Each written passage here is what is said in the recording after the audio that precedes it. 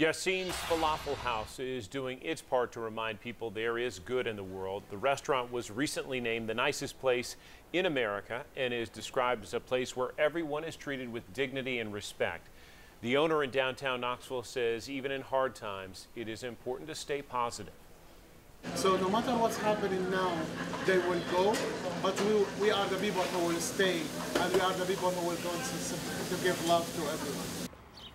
Yassin also says now is the time to be active in the community and work to unite everyone. New tonight, police today